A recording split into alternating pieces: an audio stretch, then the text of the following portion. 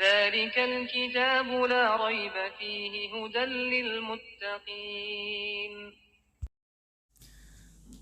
السلام عليكم ورحمة الله وبركاته. الحمد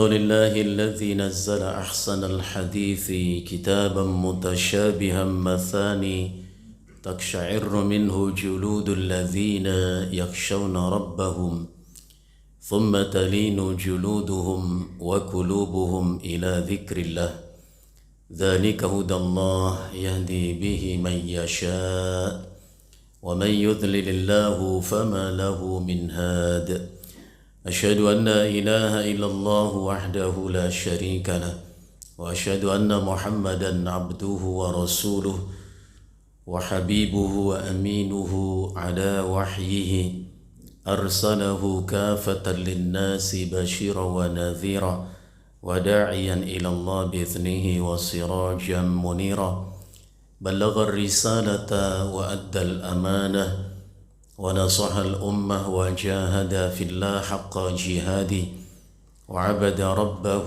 حتى أتاه اليقين صلوات الله وسلامه عليه وعلى آله وأصحابه ومن اهتدى بهديه واستنى بسنته وسار على nahjihi ila yaumiddin amma ba'd.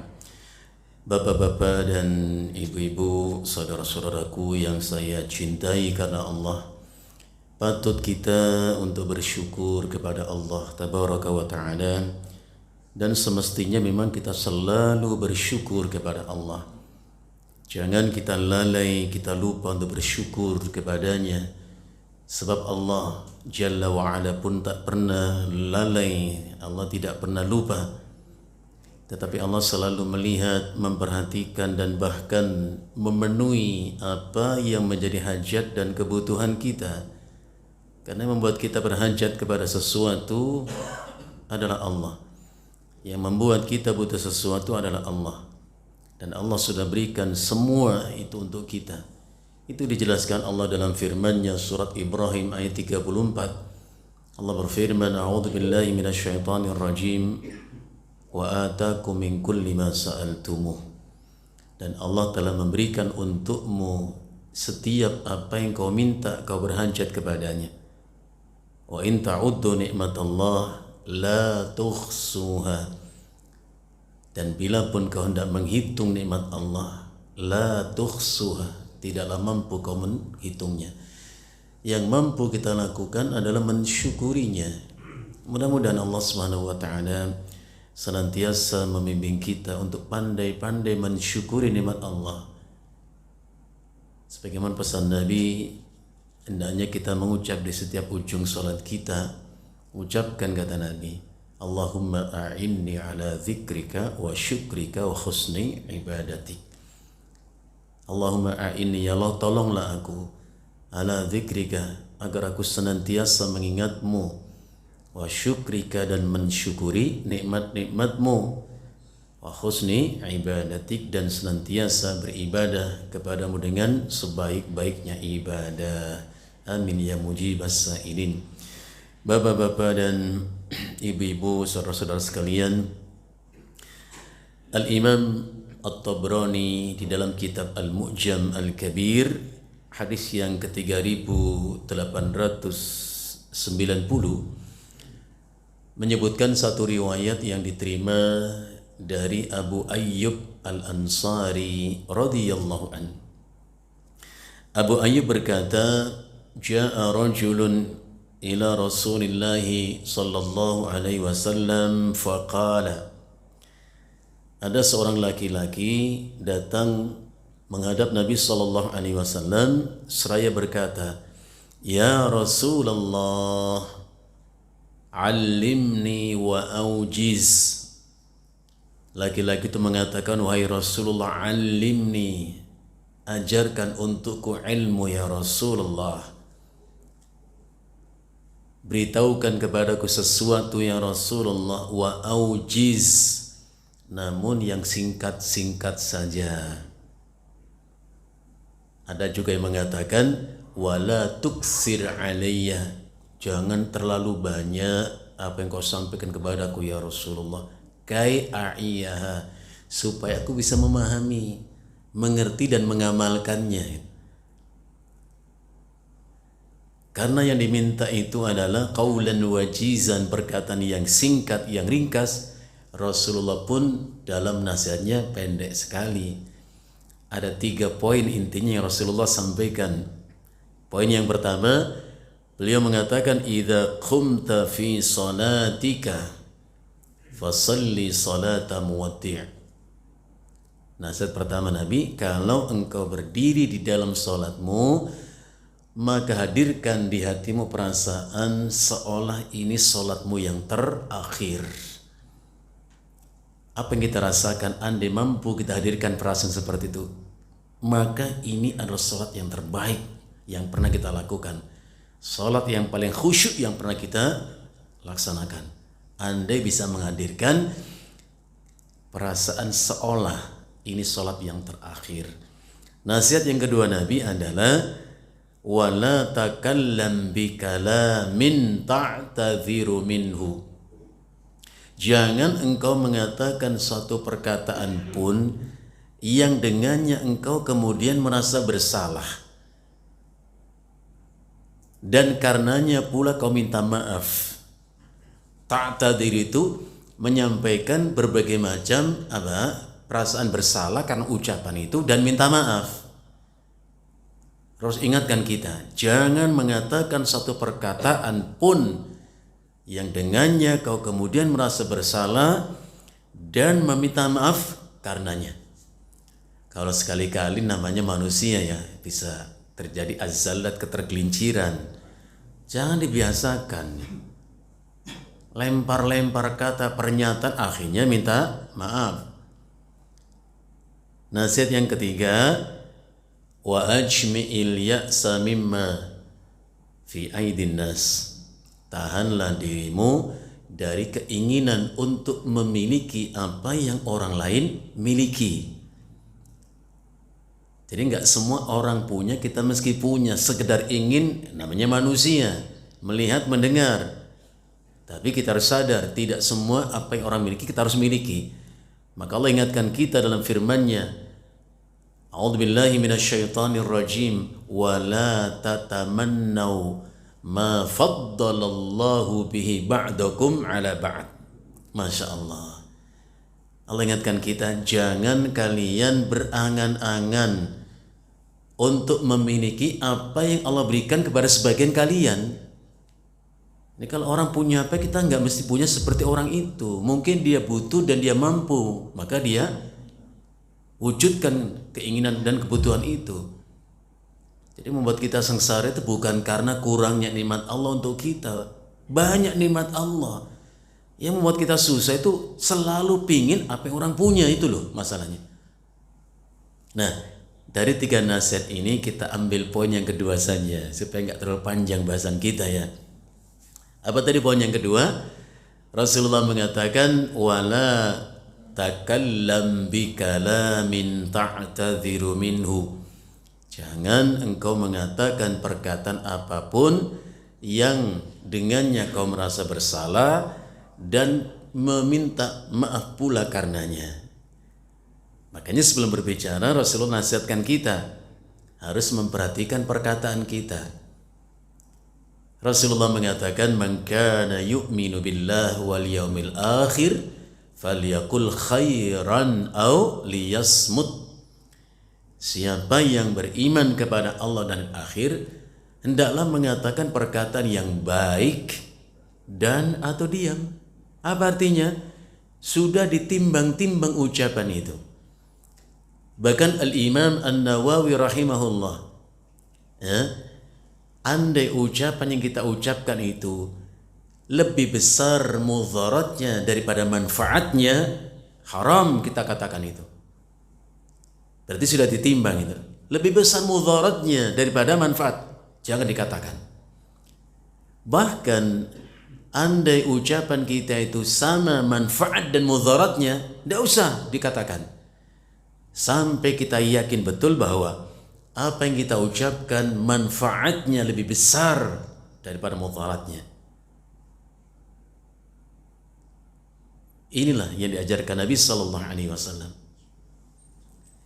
Namun demikian, Bapak dan Ibu yang saya hormati dan yang saya muliakan, Al-Imam Ibnu Qudamah Al-Maqdisi rahimahullah di dalam kitab Mukhtasar Minhajil Qasidin, beliau menyebutkan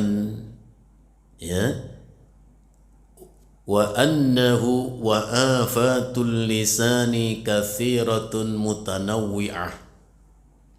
Memang bencana musibah yang ditimbulkan oleh lisan itu banyak dan bermacam-macam, sehingga kita bisa mengatakan dosa yang paling banyak itu disebabkan karena perbuatan lisan. Itu nomor satu itu.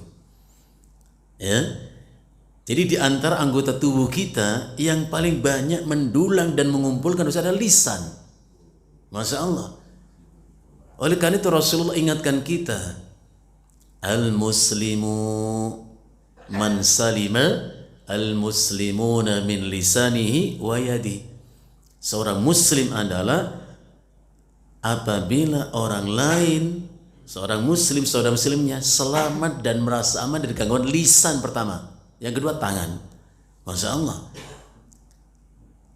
Jadi yang paling banyak menimbulkan dosa itu lisan. Maka betul Ibnu Qudamah mengatakan wa afatuhu katsiratun mutanawwi'ah. Keburukan bahkan petaka ditimbulkan lisan banyak sekali, bermacam-macam jenisnya. Walaha fil qalbi halawah. Namun mengatakan sesuatu itu memang terkadang membuat hati itu senang. Apalagi sudah kebiasaan itu, senang banget ngomong itu.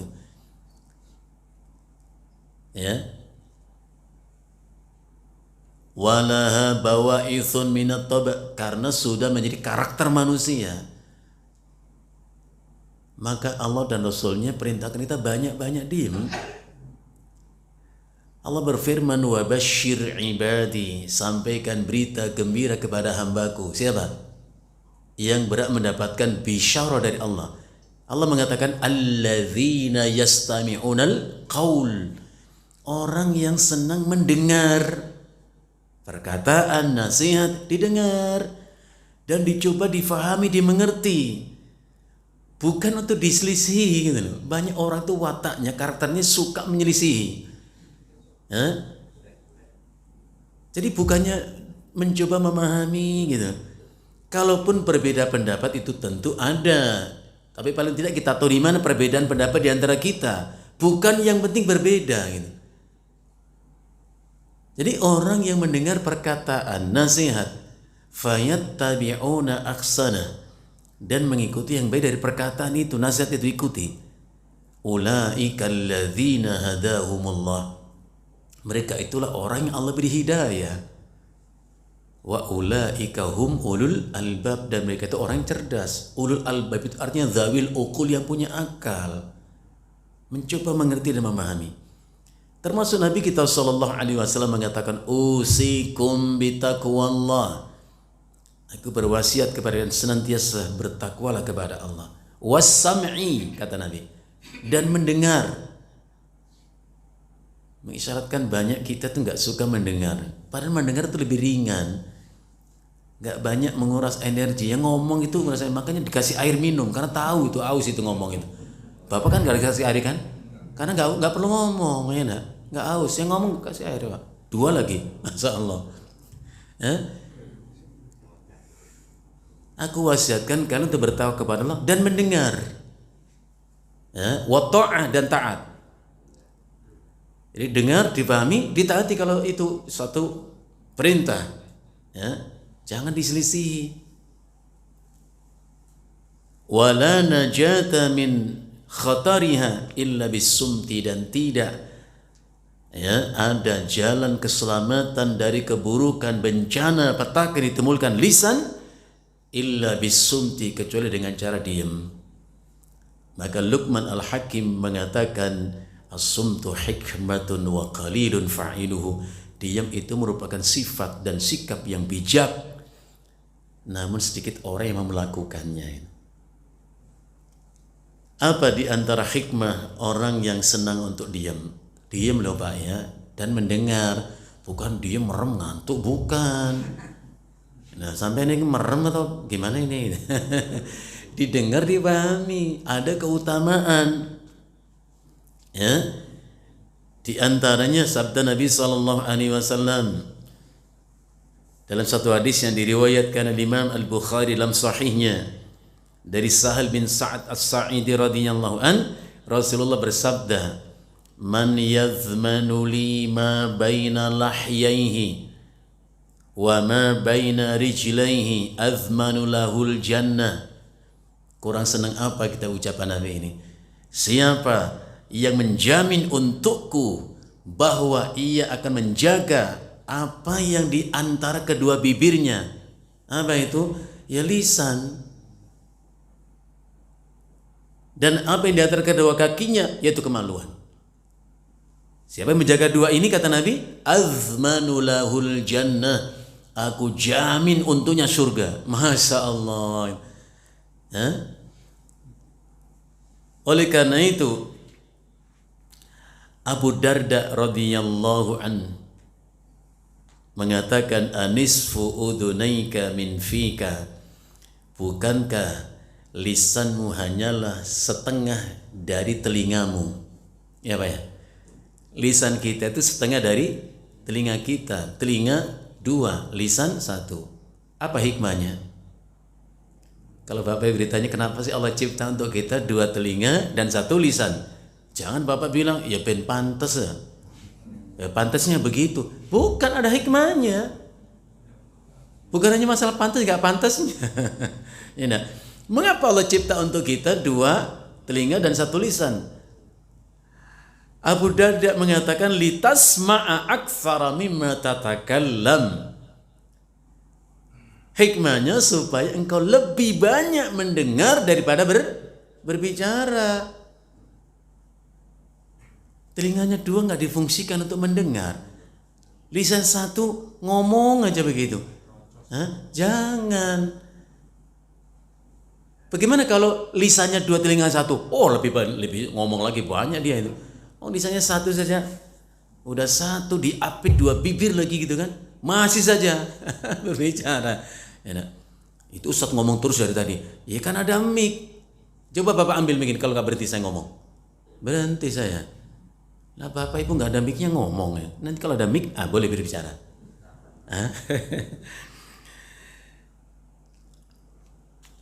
Rasulullah sallallahu alaihi wasallam juga mengatakan, la yastaqimu imanu 'abdin hatta yastaqima qalbuh. Tidak akan baik iman seseorang itu sampai baik hatinya. Kenapa?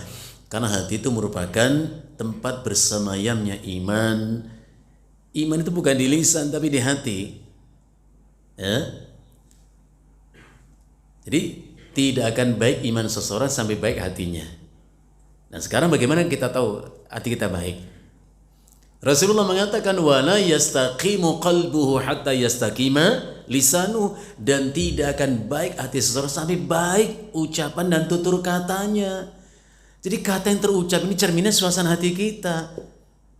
Maka sering saya katakan, orang itu hanya memberi apa yang dia punya. Orang hanya memberi apa yang dia punya. Sehingga pepatah mengatakan, faqidu syai' la yu'ti. Yang nggak punya sesuatu nggak bisa memberi sesuatu. Artinya orangnya memberi apa yang dia punya. Hanya orang yang mempunyai kemuliaan di hatinya, dalam dirinya, yang bisa memberikan kemuliaan untuk orang lain. Dia nggak bisa menghina. Kenapa? Nggak punya kehinaan dalam dirinya. Sebaliknya, kalau orang itu senang menghina, memang itu yang dia punya di dalam dirinya. Dia orang hina maka dia suka menghina. Dia nggak bisa memuliakan orang lain. Kenapa? Nggak punya kemuliaan. Jangan dibalik. Ini penjelasan Nabi. Walaupun ucapan saya kotor, kasar, hati saya baik, nggak mungkin. Ya? Jadi Rasulullah mengatakan, wala yastaqimu qalbu, nggak akan lurus, nggak akan tegak, nggak akan baik hati seseorang sampai baik ucapan dan tutur katanya. Kalau ucapan kita buruk, menyakiti orang, ya memang kita buruk. Kita jangan suka apologi membenarkan satu kesalahan. Sadarlah kita salah kalau begitu. Makanya Allah ingatkan kita, ya ayyuhalladzina amanu taqullaha wa qulu qawlan sadida. Hai orang beriman, bertakwalah kepada Allah dan ucapkanlah ucapan yang baik. Ucapkan ucapan yang baik. Apa di antara afatul lisan, keburukan-keburukan apa yang mungkin ditimbulkan oleh lisan? Ini harus kita pahami supaya kita selamat dari bencana ditimbulkan oleh lisan ini.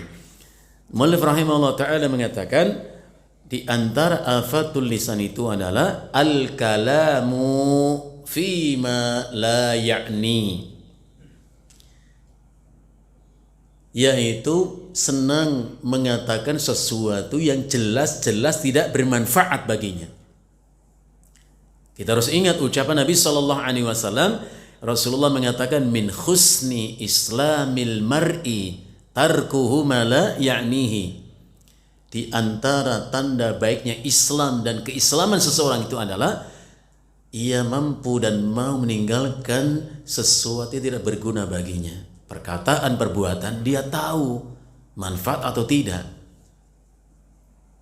Dia hanya mengatakan sesuatu yang bermanfaat.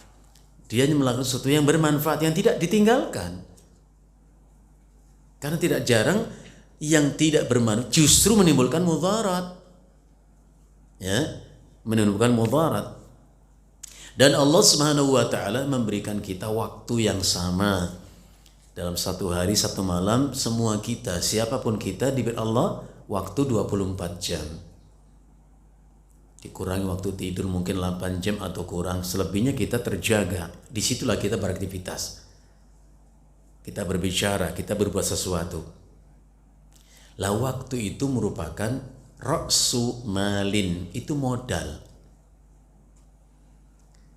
Dengan modal yang sama mungkin orang beruntung, memperoleh keberuntungan. Atau sebaliknya, dengan modal yang orang akan rugi. Cukuplah firman Allah dalam surat Al-Asr itu, wal asri, demi waktu. Waktu itu modal. Semua kita, waktu kita sama. Bahkan diberi Allah kesempatan yang insya Allah sama. Sama-sama bangun tidur, sama-sama berwudu, sama-sama sholat tahajud, sama-sama melangkah ke masjid, sama-sama berjalan. Sama. Kemampuan dan waktu yang sama. Tapi ada orang mungkin rugi. Andai semua kita memahami waktu adalah ra'sul mal, modal kita, pasti nggak akan dilewatkan begitu saja untuk sesuatu tidak berguna. Waktu terlalu singkat untuk kita buang begitu saja. Yang itu terkadang orang tidak sadar akan membuahkan penyesalan. Cukup firman Allah surat Al-Mu'minun 99. Itu mesti harus kita ulang-ulang, kita baca, kita mengerti. Allah Subhanahu wa taala berfirman, hatta idza jaa ahadahumul mautu, sampai ketika kematian datang kepada seseorang di antara mereka. Qala, orang yang mati itu memohon, meminta kepada Allah, Rabbirji'uni, ya Rabb, kembalikanlah aku ke dunia. Masya Allah. Orang yang telah meninggalkan dunianya, masuk ke dalam barzahnya, minta kembali ke dunia. Pertanyaan kita masih di dunia ini, kenapa mereka minta kembali ke dunia? Andai itu yang kita tanyakan, jawaban pun sudah ada. Orang itu mengatakan, la'alli a'malu salihan fima taraktu, supaya aku bisa beramal salih ya Rabb, amal yang dulu aku tinggalkan. Dulu kenapa ditinggalkan amal, kesempatan kenapa tidak dimanfaatkan? Maka saya mengatakan, andai hidupmu tak lagi mampu menasehatimu, maka sadarlah, maka ketahuilah, hanya kematianmu yang akan menyadarkanmu tentang siapa sesungguhnya dirimu. Jadi banyak orang hidup itu nggak sadar, dan banyak orang seperti itu. Maka ulama mengatakan, an-nasu niyamun wa idza matu intabahu. Manusia itu walaupun melek, terjaga dari tidurnya, tidak tidur, melek macam kita melek, mata kita terbuka, lisan berbicara, telinga mendengar, hakikatnya seperti orang tidur. Wa idza matu intabau, kalau sudah mati baru terjaga, tersadarkan diri. Tapi terlambat. Ya, banyak orang menemukan kesadaran itu terlambat. Kurang apa Allah ingatkan kita Fir'aun yang begitu jahatnya, begitu durhakanya kepada Allah. Ketika ia diambang kematiannya, apa sih dia mengatakan? Allah sebutkan dalam Al-Quran, ketika Fir'aun diambang kematiannya, meregang nyawa, dia mengucapkan amantu annahu la ilaha illalladzi amanat bihi banu Israel wa ana minal muslimin. Masya Allah, kalimat yang aneh diucap jauh sebelum kematian bermanfaat kalimat itu. Tapi sayang diucapkan ketika kematian datang. Aku beriman, kata Fir'aun. Aku percaya, aku tidak ragu bahwa tidak ada Tuhan yang berhak untuk diibadahi dengan benar kecuali apa yang diibadahi oleh Bani Israel. Wa ana, dan aku, kata Fir'aun, minal muslimin, termasuk orang yang berserah diri kepada Tuhan itu. Masya Allah, kesadaran yang sempurna seorang hamba Allah, Fir'aun. Allah menjawab, al-an, apakah baru sekarang kau ucap kalimat itu? Wa qad asaita qablu, sedang kau durhaka kepadaku sebelum kematianmu itu. Wa kunta minal mufsidin, kau termasuk orang berbuat kerusakan di bumi ini. Terlambat. Dan akhirnya memang manusia menemukan kesadaran. Hatta di neraka pun buah akibat perbuatan mereka masuk neraka. Di neraka mereka mengatakan apa? Rabbana akhrijna na'mal salihan ghairal ladzi kunna na'mal. Ya Rabb, keluarkanlah kami dari neraka. Kenapa minta keluar dari neraka? Ada menakutkan buah akibat perbuatan mereka sendiri. Kenapa mereka minta keluar dari neraka? Mereka mengatakan na'mal salihan ghairal ladzi kunna na'mal, supaya kami bisa beramal saleh, bukan amal yang dulu kami lakukan. Ya ilaha illallah, la ilaha illallah, baru sadar ini. Mereka juga mengatakan Rabbana amatana snatain, ya Rabb, kau telah matikan kami 2 kali. Wa ahyaitana snatain, dan kau hidupkan kami dua kali. Fa'tarafna bidhunubina, dan kami mengakui dosa dan salah kami. Fahal ila khurujim min sabil, adakah jalan keluar dari neraka ini ya Rabb? Masya Allah, gitu. Itu ayat. Jadi kita harus bisa berinteraksi dengan Al-Quran, itu nasihati kita. Ya, Luqman Al-Hakim pernah ditanya, apa yang menyebabkan engkau mendapatkan kemuliaan di sisi Allah? Allah memberikan untukmu hikmah. Hikmah itu ilmu, hikmah itu sikap yang bijak. Kan Allah sebutkan begitu, wa laqad ataina Luqman al-hikmah, kami berikan kepada Luqman itu al-hikmah, al-ilmu, al-fahmu.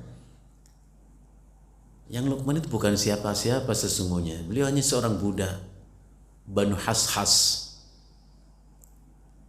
penggembala kambing, tapi mulia dan dimuliakan oleh Allah. Disebut namanya dalam Al-Quran, pelajaran buat kita semua. Orang bertanya, wahai Luqman, dengan apa gerangan kau diberi Allah hikmah? Lalu Luqman juga nggak pelit-pelit ilmu, Pak, ya. Oh, ilmu saja kok, masa nggak dikasih tahu sih? Dengan sebab apakah gerangan Allah memberimu hikmah? Luqman mengatakan, aku diberi Allah hikmah. Yang pertama, la as'alu amma kafaituhu, karena aku tidak pernah meminta apapun lebih dari apa yang aku butuhkan.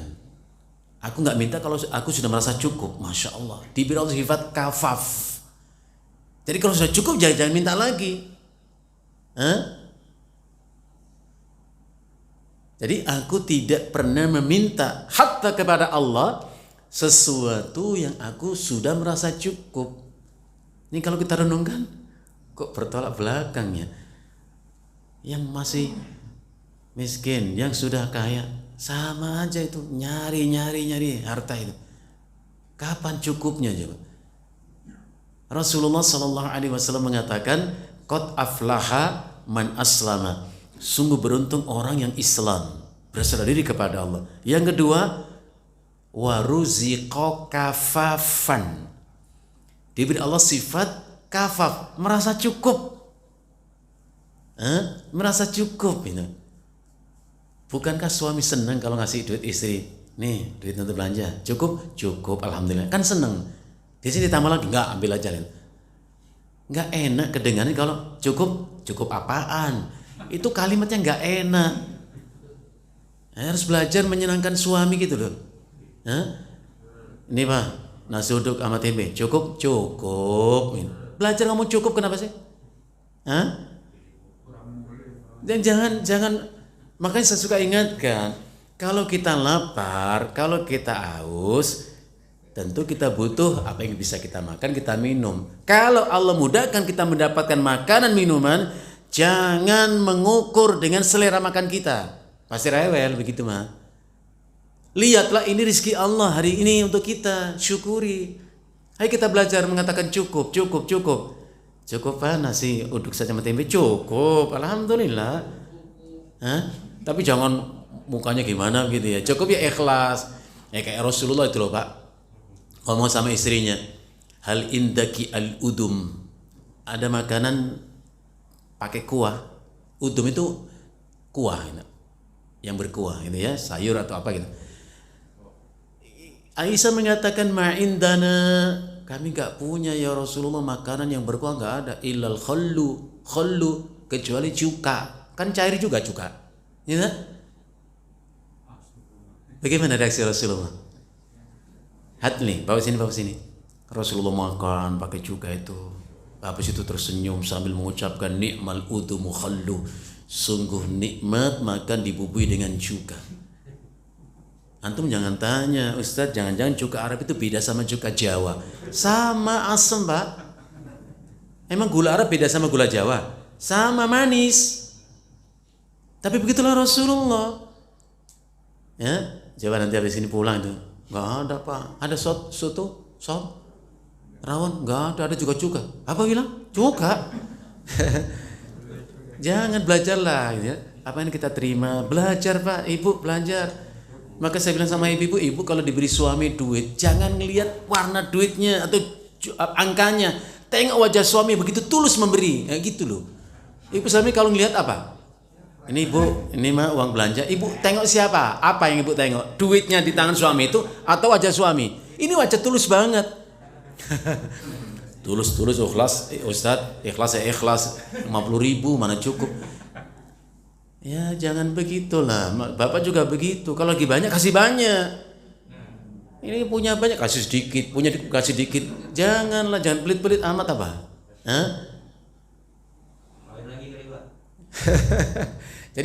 Jadi kita harus begitu. Belajar ridho ya. Semuanya istri ridho, suami ridho. Hidup itu mudah kok sesungguhnya.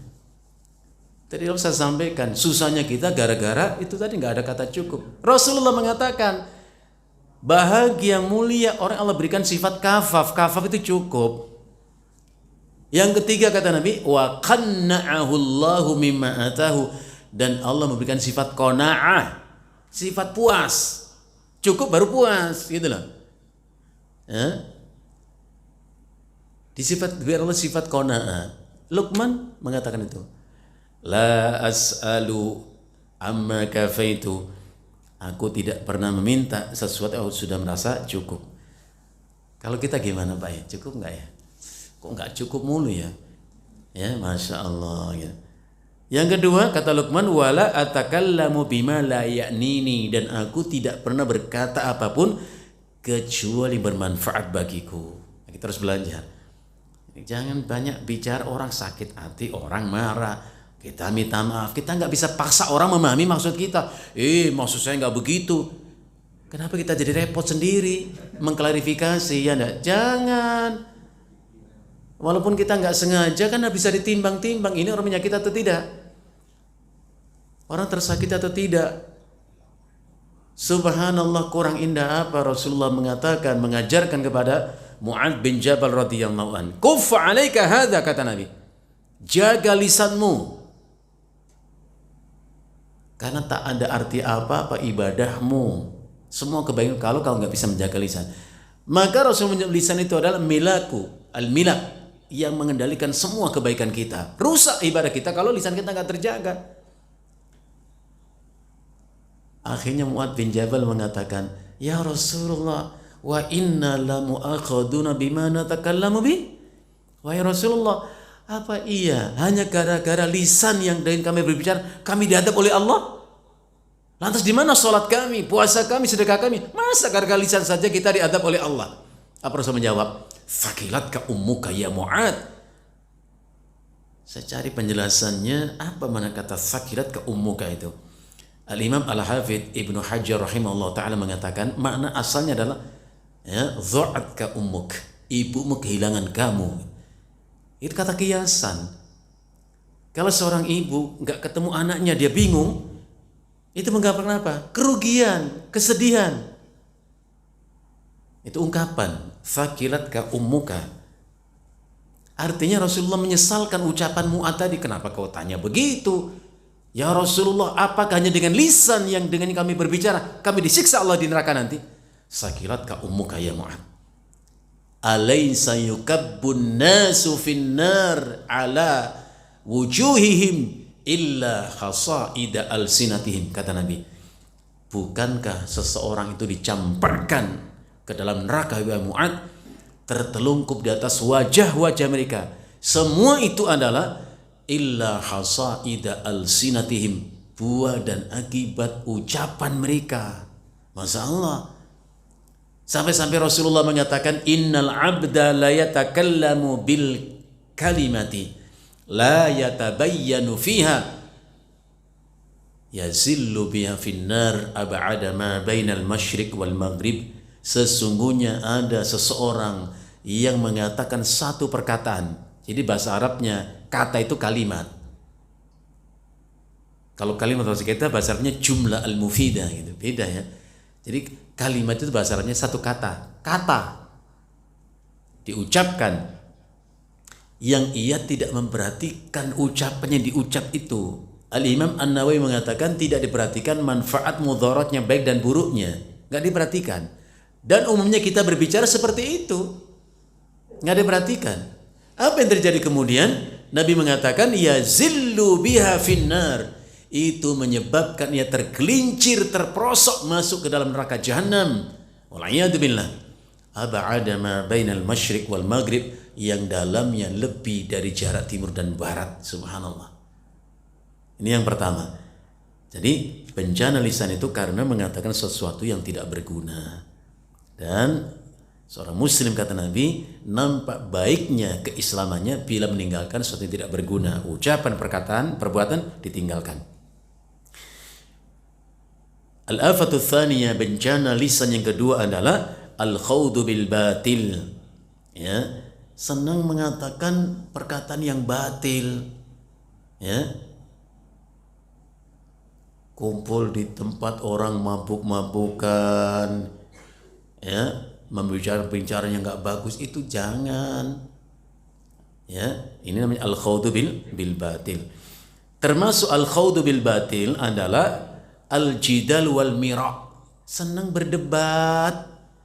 Saya ingatkan, jangan suka berdebat lah. Ilmu itu kita cari untuk kita fahami, kita mengerti. Kalau berupa perintah, kerjakan. Larangan, tinggalkan. Udah itu saja. Jadi kita mencari ilmu bukan untuk media berdebat. Hati-hati. Tidak cukup kita senang dengan ucapan Nabi SAW. Maka saya bilang kita harus menghibur hati kita. Dengan ayat-ayat Al-Quran, dengan hadis Nabi, kita terhibur hati kita. Lurus jalan yang kita tempuh itu.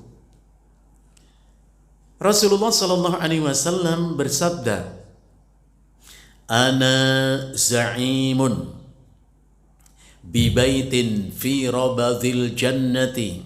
Aku akan membimbing, mengantarkan seseorang menuju istana untuknya di tepi surga. Masya Allah. Dibimbing oleh Nabi. Sini tempatmu di sini. Diantarkan Nabi menempati istana di tepi surga itu. Siapa orang itu? Rasulullah mengatakan liman tarakal mira'a wa in kana muhiqqan. yaitu orang yang mau meninggalkan perdebatan, pertentangan, walaupun dia benar. Kita merasa benar karena kita punya dalil yang menguatkan pendapat kita. Ini saudara kita nggak punya dalil pengotot, kita harus diam. Kita yang diam, kita harus diam. Makanya dulu ulama kalau berdebat itu dengan dasar ilmu sehingga muncul kebenaran, nampak pada semua pihak kebenaran itu. Jadi dulu kalau berdebat itu targetnya adalah idharul hakim, menampakkan kebenaran. Bisa dari saudara kita atau dari kita. Yang kedua, semua kita sepakat mengikuti kebenaran itu. Di zaman kita ini perdebatan tujuannya adalah pertama al-ghalabah, untuk mengalahkan lawan debat. Yang kedua asyuhra, ketenaran. Ada orang terkenal itu seneng aja berdebat itu, kasar lagi tutur katanya. Na'udzubillah min dzalik. Siapapun, nggak usah sebut nama lah. Rasulullah kurang senang kita dengan ucapan Nabi ini. Aku akan mengantarkan seseorang menuju istana yang megah untuk hidup di surga. Siapa orang itu? Liman tarokal mira wa in kana muhiqqan. Yang mau meninggalkan perdebatan, jangan banyak berdebat. Jadi kalau kita punya potensi, energi lebih, ketimbang berdebat, mending pakai menambah ilmu, belajar memahami Al-Quran, membaca Al-Quran, membaca hadis. Itu butuh energi juga, ya. Nggak siang malam pagi petang berdebat jangan. Yang kedua kata Nabi, wa bi baitin fi wasatil jannati. Aku akan mengantarkan seseorang menempati istana megah di tengah surga. Masya Allah. Siapa orang ini? Rasulullah mengatakan, liman tarokal kadhiba wa in kana mazihan, yaitu bagi orang yang meninggalkan kebohongan walaupun sekedar bercanda.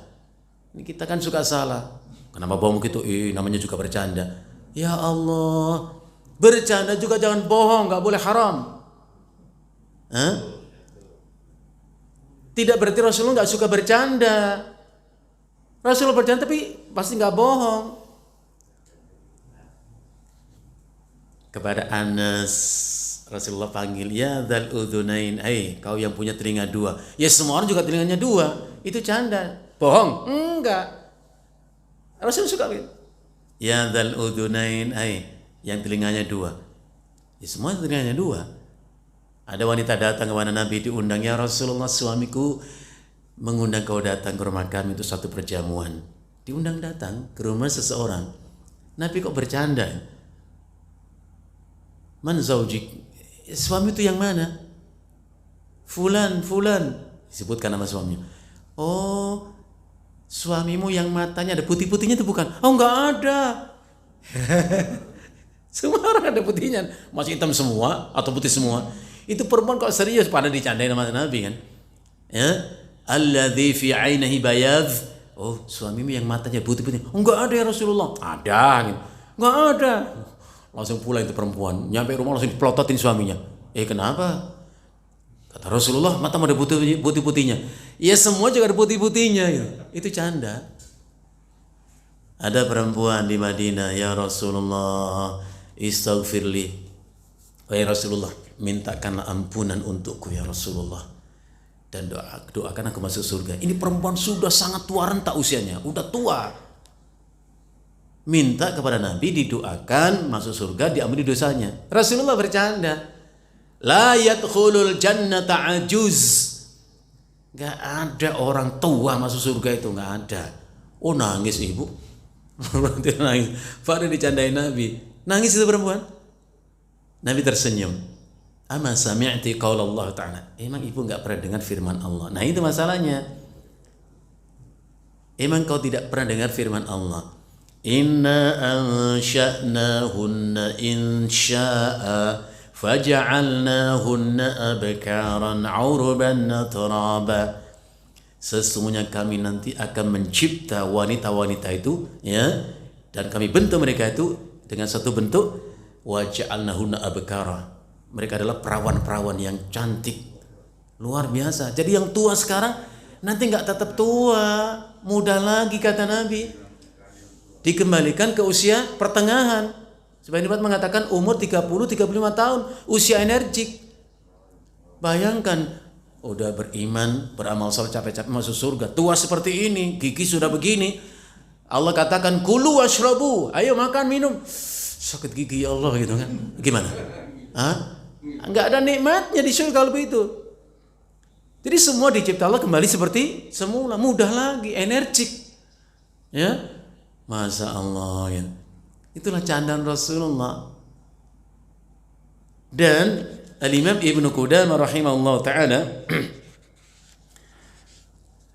mengatakan bahwa candaan Rasulullah itu 3. Pertama, kaunu haqqan, benar yang diucapkan Nabi, enggak ada bohong. Yang kedua adalah biasanya itu kepada wanita-wanita dan anak-anak kecil candanya itu. Bukan sama laki-laki, enggak pernah dengan Abu Bakar, Umar, enggak. Asal semua orang dicandani, jangan. Balik tahu orangnya itu seriusan, bapak candain, ngamuklah dia. Jadi biasanya Rasulullah bercanda dengan anak-anak. Ya. Yang kedua dengan wanita. Dan yang ketiga, itu jarang, nggak selalu gitu. Nah, kalau asal ketemu canda mulu, nggak ada seriusnya. Justru kehilangan muruh harga diri, nggak terhormat orang begitu. Kalau sekali-kali kan indah itu, menghidupkan suasana gitu ya. Jangan selalu gitu. Jadi yang kedua kata Nabi apa? Aku akan antarkan seseorang menuju istana di tengah surga. Siapa orang itu?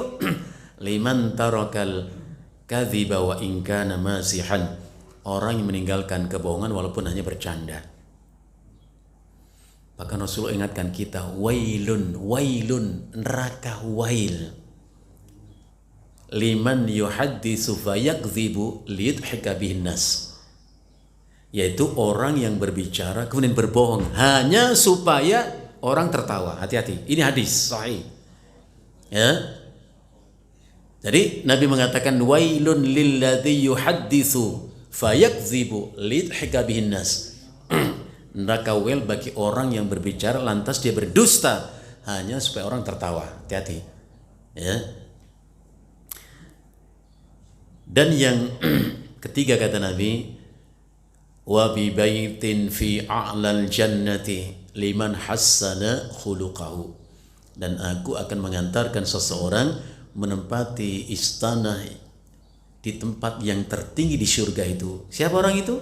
Liman hassana khuluqahu.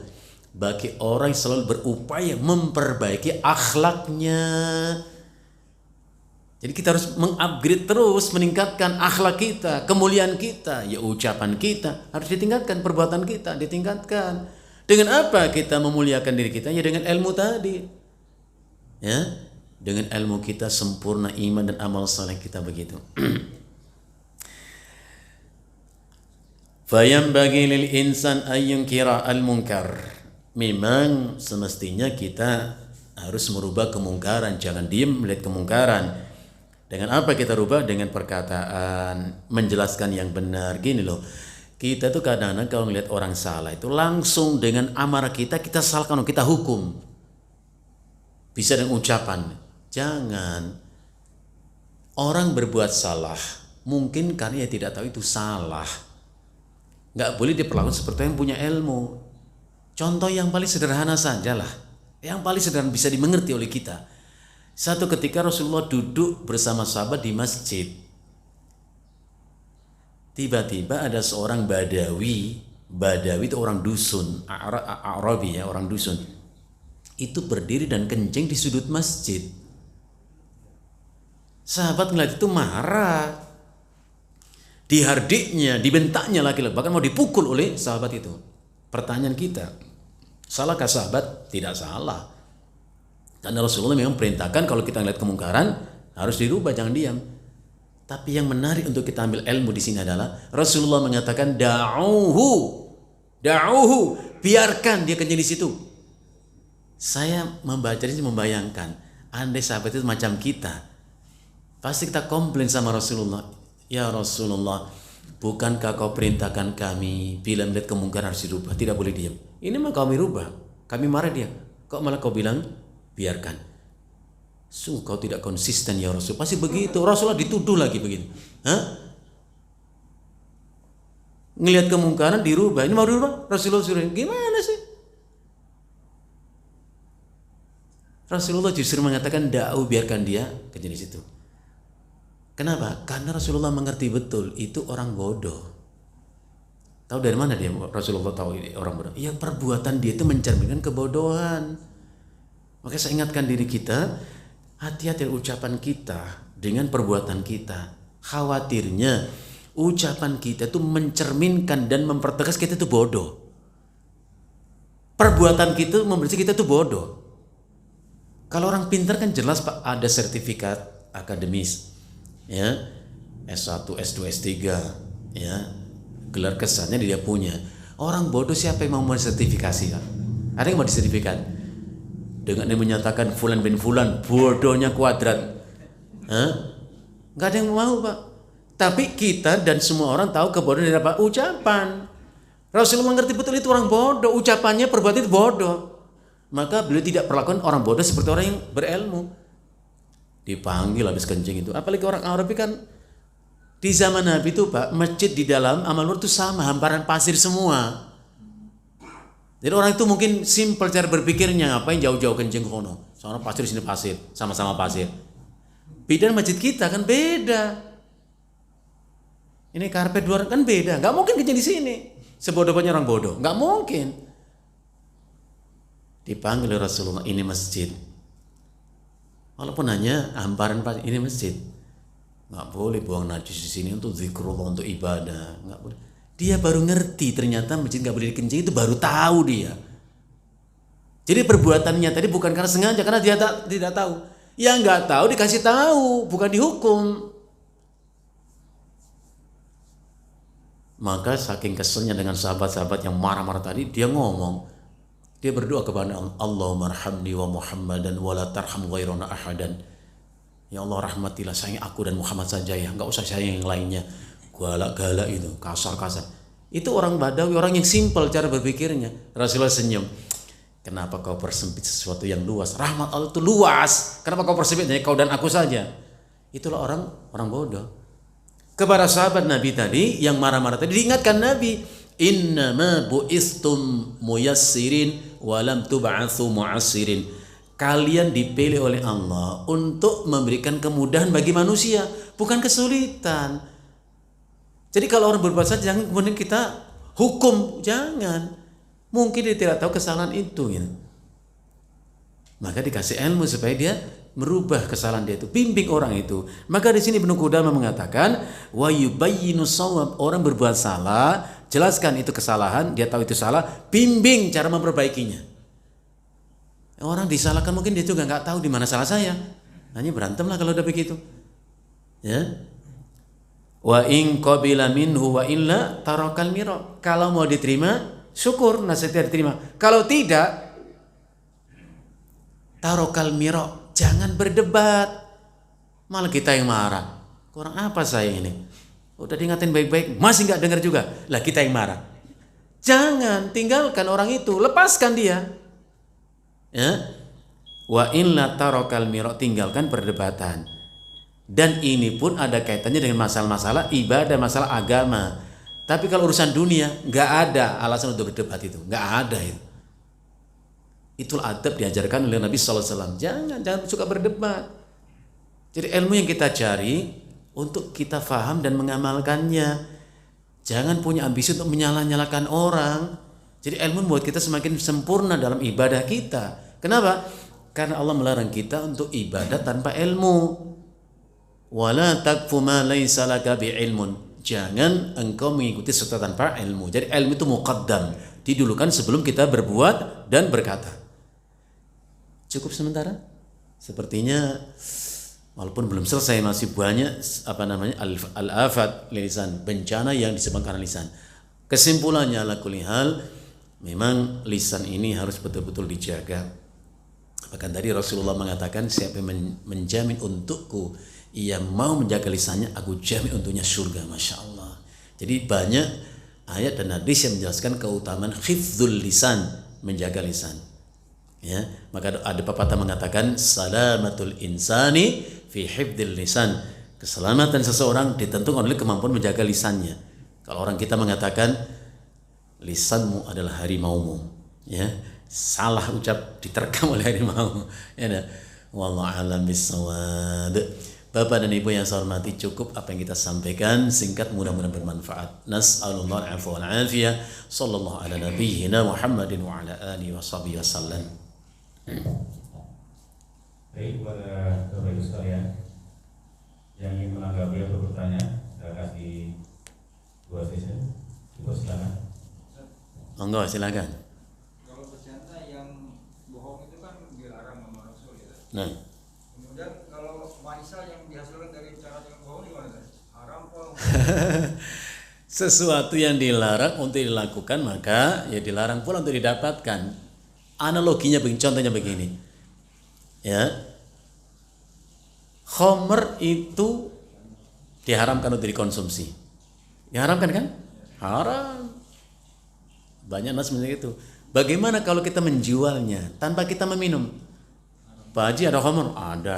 Rasa apa Pak Haji? Mana gua tahu. Pak Haji nggak pernah minum tapi jualan. Boleh atau tidak? Ingat Rasulullah mengatakan dilaknat karena khamr itu 10 orang, 10 kelompok manusia. Salah satu diantaranya adalah wa akilu tsamanihi, orang yang memakan hasil jual beli khamr. Jadi jangan bilang, saya kan cuma jualan doang nyari untung kok, nggak pernah minum. Ya sama, Bapak memfasilitasi, ya nggak boleh. Ya, jadi sesuatu yang diharamkan untuk dikonsumsi maka hasil jual belinya pun dilarang. Termasuk kita kiaskan dengan yang lain. Ya, masih banyak tentu ada al-ma'isha atau usaha yang bisa kita dapatkan selain dengan cara yang diharamkan oleh Allah. Jangan mengatakan, ya saya terpaksa. Siapa yang memaksa? Allah hanya mengatakan, ya ayyuhallazina amanu kulu min thayyibati ma razaqnakum. Orang yang beriman, makanlah yang halal yang baik aku berikan untukmu. Ayat ini merupakan jaminan Allah akan tersedianya rizki yang halal. Jadi jangan mengatakan nggak ada yang halal, semuanya haram. Yang haram aja susah saya nyari. Loh, sama-sama susah kenapa nyari yang haram? Andai halal susah nyarinya, haram susah, Bapak cari yang mana? Ya mending nyari yang halal. Sama-sama susah. Maka Rasulullah mengatakan talabul halali jihadun. Mencari rezeki yang halal adalah jihad. Dapat pahala. Tahu nyari haram susah, ketahuan urusan pula. Ngapain nyari yang haram? Ya, makanya pesan Nabi apa? Ya ayyuhan nas ittaqullah wa ajmilu fit talab. Hai manusia, kata Nabi, bertakwa kepada Allah, wa ajmilu fit talabi. Apa makna kalimat itu? Wa ajmilu fit talabi. Baik-baiklah kalian mencari rizki. Dapat rizki dengan cara yang baik. Itu pesan Nabi. Saya tuh kadang-kadang bingung ya Pak. Kita mengaku umat Muhammad dulu, cinta banget katanya sama Nabi itu. Kalau Nabi ngomong apa nggak didengerin Pak? Di mana cinta kita kepada Nabi? Bagaimana kita mengharap syafaat Nabi kalau begitu? Nabi ngomong apa, kita kemana? Nurutlah kita sama Nabi. Toh Allah mengatakan, "May yuti'ir rasul faqad," atau Allah yang taat sama Rasul artinya taat kepada Allah. Kurang senang kita dengan ucapan Nabi, semua umatku akan masuk surga kecuali yang tidak mau masuk surga. Sahabat bertanya, emang ada yang mau masuk surga ya Rasulullah? Rasul menjawab, "Man ata'ani dakhala jannah wa man asani faqad aba." Yang taat kepadaku, dia masuk surga. Yang durhaka, membantah, menentang aku, ia nggak pengen masuk surga. Jadi nggak ada jalan untuk masuk surga kecuali dengan taat kepada Allah dan Rasulnya. Wallahu a'lam bissawab. Ya, satu lagi Pak. Assalamualaikum. Assalamualaikum warahmatullahi wabarakatuh. Mungkin ada beberapa ya pertanyaannya. Yang pertama, bagaimana ya kita orang awam mengukur bahwa ucapan kita, lisan kita itu bermanfaat atau mudarat? Kemudian yang kedua, ini mohon penjelasan juga di era chatting ini Ustaz. Kemudian dorongan aja ya, nanti kalau mungkin ini bisa diulang. Kemudian yang ketiga, bagaimana dengan ceramah yang kita lihat sepertinya ya lucu banget gitu lah, bukan sekedar lucu. Kemudian ini banyak kasus yang berikutnya ini Ustaz. Untuk anak-anak ini kan suka datang di masjid tapi ya memang selalu berisik. Kadang-kadang memunculkan masalah cara menegur si bapak-bapaknya ini ya saya mendengar di lingkungan yang kadang-kadang dirasa tidak. Asli mohon penjelasannya. Terima kasih. Oh terakhir Ustaz, Oh. apakah ada perdebatan yang diperintahkan? Terima kasih. Pertanyaan kelima. Pertanyaan pertama saya jadi lupa ya nak. Ya Allah. Nah, Hanya dua dari Iya. apa tadi yang pertama dulu? Antum satu-satu saja. Nah. Orang Ayo. awam nih, Nah. apa ukurannya bahwa Nah. ucapan lisan kita ini manfaat atau mudarat sih? Karena Nah. kita kadang pulang dari masjid tiba-tiba Nah. ngomongin alam gitu. Nah, Rasulullah mengatakan da'ma yuribuk ila ma la yuribuk. Sederhana kok. Tinggalkan apa yang meragukanmu, lakukan yang tidak meragukan, itu kata kuncinya. Saya mau ngomong ragu ini baik atau buruk, ya diem. Sampai kita yakin itu baik. Kalau kita tahu itu baik, jangan bapak diem. Karena orang yang diem dalam kebaikan mengatakan ini baik, itu kayak setannya gagu gitu. Lebih jelek lagi. Tahu itu baik, nggak mau diucapkan. Ya, jadi ya kalau ragu ya bapak tinggalkan. Diem itu bijak kok pak. Itu tadi Luqman mengatakan bijak. Ya, orang diem itu tafakur, merenung pak, berpikir. Rasulullah banyak diemnya kok ketimbang bicaranya itu. Ya, ini karena kedemenan ngomong sampai tidur pun sampai ngomong itu, ngiku itu, ngomong sendiri. Janganlah gitu. Ya, jadi kalau ibu bapak ragu ya sudah tinggalkan. Ini baik atau buruk, udah tinggalin aja, diem aja, lebih aman gitu. Sampai bapak ibu yakin ini ada maslahat kalau saya sampaikan. Itu pun dengan cara yang baik. Orang nggak terima, ya jangan berdebat. Dia terima syukur nasihat kita, kalau tidak jangan nafsu. Ini orang demen nasihati orang padahal dia juga nggak bagus juga amat. Jadi kita itu harus banyak ke dalam sesungguhnya mengamalkan firman Allah, alaikum anfusakum, perhatikan dirimu. Ya, sambil kita keluar kita ingatkan, tapi bukan kok ambisi banget nih, jangan. Ya, itu yang pertama. Jadi kalau ragu udah tinggalkan sampai bapak yakin. Apa ukurannya saya tahu ini baik enggak? Ya itu tadi bapak bisa merasakan ya. Yang kita anggap baik kadang ternyata nggak baik gitu. Yang kedua apa tadi bapak? Mohon maaf. Yang kedua ini Direview lagi deh. Gimana? Ini kan ya kalau di grup itu kan ya biasanya yang apa ya? Ya. Iseng-iseng gitu loh. Nah, barakallahu fikum. Jadi lisan itu ya dulu pak ngomong ya pakai lisan, sekarang enggak, ngomong pakai jari pak. Bahkan kita kalau ngetik cepet banget, kalau kita susah ngetik. Sama, bisa dengan kata, bisa dengan tulisan. Kalau nulis pakai surat, sekarang enggak. Chatting kadang-kadang, maka hati-hati, nge-share itu hati-hati. Ya, jadi jangan share, kirim, jangan dikirim, baca dulu. Kalau bapak nggak paham apa konten daripada yang kita terima itu, jangan langsung kirim sana kirim, jangan. Karena orang yang ya menyampaikan kedustaan walaupun dari orang, maka dia itu pendusta yang kedua. Jangan. Ada orang membuat satu kalimat bohong, nyampe ke kita sampaikan ke orang lain, kita tuh pembohong kedua. Jangan. Itu kuncinya tadi pak. Jadi kalau nggak penting udah tinggalkan. Tolong di-share. Apaan? Kita jangan menjadi penyambung lidah pembohong. Orang bohong kita sambung lidahnya dengan lidah kita. Aduh, kenapa dikotori lidah kita dengan kebohongan seperti itu? Jangan. Ya. Apalagi tadi saya jadi lupa pak. Berikutnya pak. Masya Allah. Aduh. Mungkin untuk ini menyikapi, ini terutama di kampung Ustaz. Kalau nyari penceramah itu di momen tertentu kan yang lucu-lucu gitu. Lucu enggak? Gimana bu ngajinya? Aduh pak, ustaznya lucu, aku sampai nahan perut saya. Itu hebat. Hebat di mana? Rasulullah menyampaikan basyiran wa nadhir. Nabi kalau menyampaikan nasihat itu ada yang kadang senyum tertawa bahagia, ada yang menangis. Basyir itu berita gembira, orang senang dibuatnya. Tapi ada nadhiran, peringatan keras, orang bisa menangis. Jadi jangan bikin ustaznya itu asal mau suruh ceramah, lelucon apa lagi nanti saya sampaikannya. Jadi nyari lelucon saja. Ya kalau sekedar untuk menghidupkan suasana, Rasul juga begitu. Yang kok streng serius enggak. Tapi jangan 1 jam ceramah itu aja. Sampai ibunya kepingil-pingil enggak tahan. Udah Ustaz cukup Ustaz. Oh, saking enggak tahan, sakit perutnya itu. Janganlah. Ya. Jadi kita sampaikan ayat, kita sampaikan hadis, kita jelaskan pelan-pelan ya. Ya karena mungkin jamaahnya suka begitu. Oh ustadznya serius amat sih, nggak seru. Wah ini baru lucu ini. Tapi saya dulu pernah mendengar, saya malah tersinggung kayak begitu. Ada seseorang itu ceramah tentang Isra Mi'raj. Ibu tahu nggak apa itu Isra? Isra itu jalan malam-malam. Jadi kalau ngelihat kecil gundul jalan itu toy lagi Isra.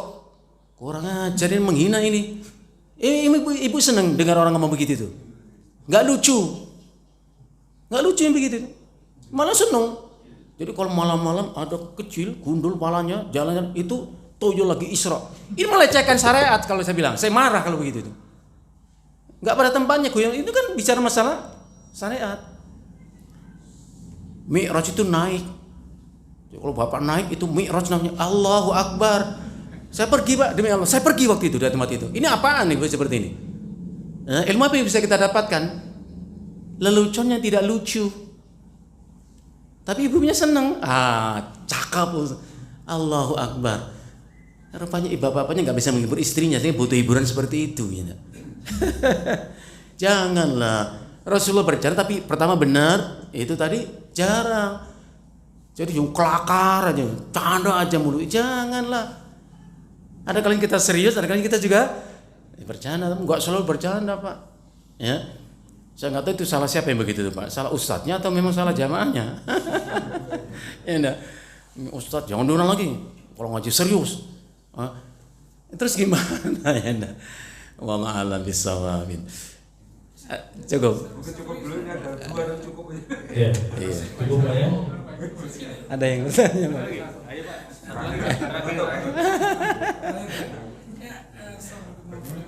Assalamualaikum warahmatullahi.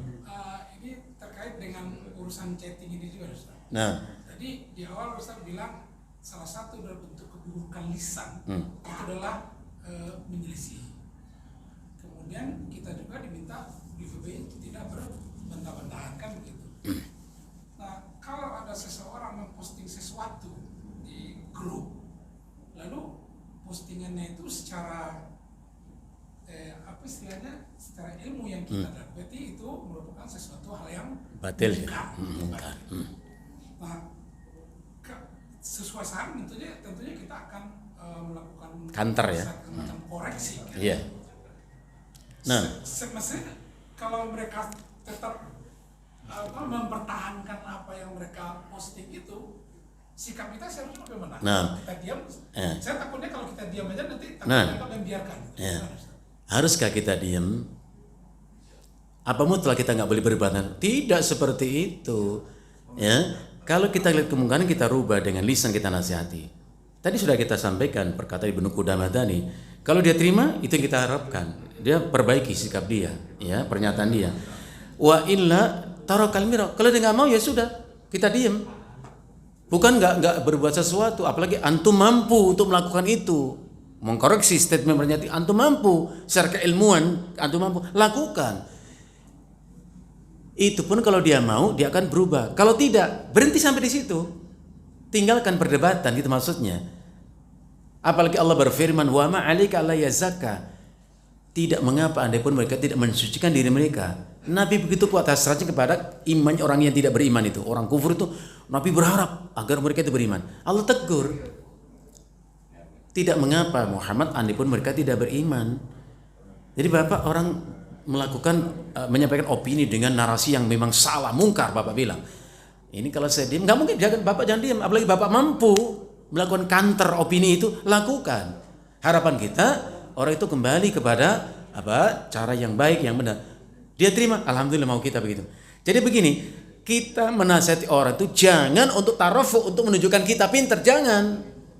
Makanya Allah mengatakan wa tawassaw bil marhamah. Saling nasihat dengan penuh kasih sayang. Jadi jangan mencari kemuliaan dengan menghina orang. Jangan menunjukkan keilmuan kita dan menunjukkan kebodohan orang. Jangan, kasih sayang Pak. Ini orang salah, antum salah ya, antum berbaik ini. Bukan karena nih kayak saya nih, itu berarti tarofu namanya, ngangkat diri. Jangan. Ya. Kadang-kadang kita tuh atas nama nasihat tapi suka mencela. Terakhir saya sampaikan, apa itu nasihat? Supaya kita ingat, ngomongnya nasihat padahal narasi kebencian. Al-Imam Al-Khattabi rahimahullah ta'ala mengatakan fan nasihatu ibaratun, ya, kalimatun yu'abbaru biha an iradatil khairi lil mansukhi lahu. Nasihat itu adalah ungkapan yang menggambarkan keinginan baik orang yang menasihati bagi yang dinasihati. Artinya kalau kita memberi nasihat, yakinkan orang itu bahwa yang aku inginkan adalah kebaikan untukmu. Bukan mengadili orang itu. Kita kan suka sekali salah, Pak. Ngadili orang, dicela, dihina, bukan nasihat namanya. Ya. Jadi pastikan orang yang kita nasihat itu dia merasa bahwa kita itu sayang sungguh kepada dia. Yang kita ingin hanya kebaikan untuknya. Bukan kita seolah-olah menunjukkan kita itu lebih mulia, bukan. Ya, lebih pintar, bukan. Kita tahu kau itu salah. Kamu tahu nggak salahnya? Iya Pak, memang saya salah. Oh, dia perbaiki. Begini, diingatkan. Itulah nasihat. Bahkan para ulama salafus saleh mengatakan, dulu kalau orang itu memberi nasihat itu berdua, Pak. Siapa yang menasihati saudaranya antara dia dan dia, itulah nasihat. Tapi siapa yang menasihati saudaranya di depan khalayak ramai, itu menghina orang itu. Nggak boleh. Maka jangan tunjuk hidung orang kalau di depan orang banyak. Contoh, Rasulullah ketika mengatakan, "Hei Abdullah bin Amru, kamu jangan seperti fulan. Kamu jangan seperti fulan." Kenapa? Fulan itu dulu sholat tahajud rajin, sekarang nggak lagi sholat tahajud. Itu kalau di depan orang banyak, jangan sebut nama orang, hanya sifat.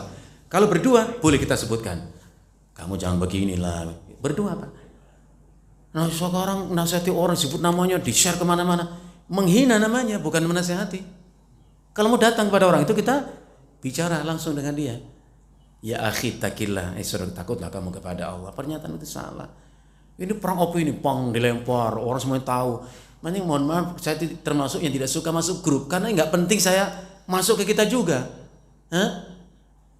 Jadi yang gitu yang bermanfaat saja. Dibutuhkan banyak orang, manfaat, bukan perang amarah di antara beberapa orang. Janganlah ya. Itu besar mudaratnya. Sekarang ngomong nggak pakai lisan, Pak, pakai jari.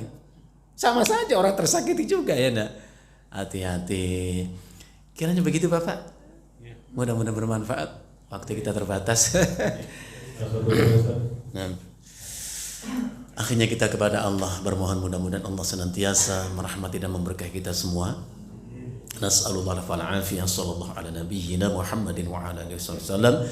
Subhanakallahumma wa bihamdika asyhadu an la ilaha illa anta astaghfiruka wa atubu ilaik. Assalamualaikum warahmatullahi wabarakatuh.